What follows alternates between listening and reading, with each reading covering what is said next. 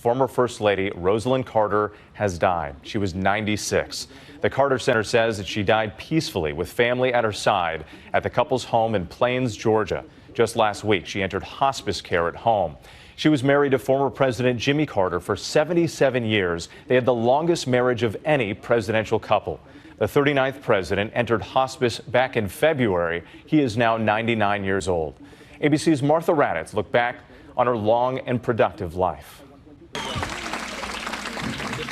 I just want to say thank you. Rosalynn Carter's most significant role was that of presidential advisor. An almost equal extension of myself is how the former president once described his wife. I think it's because Jimmy and I have a mutual respect for each other. And if I go out in the countryside and see things that are problems and come home and tell him that I think we need to do something about that, he listens to me and he looks into the situation. Rosalynn grew up in Plains, Georgia. Her best friend and classmate happened to be Jimmy Carter's sister. So when Jimmy was home from the Naval Academy in the summer of 1945, they went out. And the story goes, he announced to his mother that Rosalynn was the girl he intended to marry. A year later, they tied the knot. At first, she was a traveling Navy wife, and when Jimmy's father died in 1953, they moved back to Plains to run the family peanut business. He ran the warehouse, she kept the books. The couple had 3 boys by the time daughter Amy was born, when Rosalynn was 40. ABC's Barbara Walters spoke to the Carters in 1976. I felt that it was my greatest accomplishment.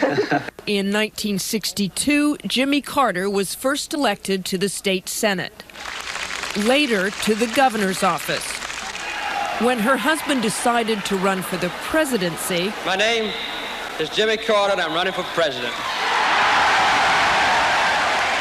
Rosalynn campaigned nonstop, visiting 41 states. We don't do well with political machines, but we do well with the people. That's why you're so important to us. Impressed with her combination of self-discipline and Southern charm, reporters nicknamed her the Steel Magnolia. I, Jimmy Carter, do solemnly swear that During her 4 years as First Lady, Rosalynn Carter continued to work for reforms in mental health programs. I think just by focusing attention on the problem, you can be effective. And I can certainly let Jimmy know what the recommendations of the commission are. She worked on behalf of increased aid for the elderly and remained committed to women's issues, including pushing for the ratification of the Equal Rights Amendment. The First Lady from Plains will be remembered for her commitment to building what she called a more caring society. Because there is no way that we can be at peace if our children are suffering unnecessarily. And so peace means more than just the absence of war.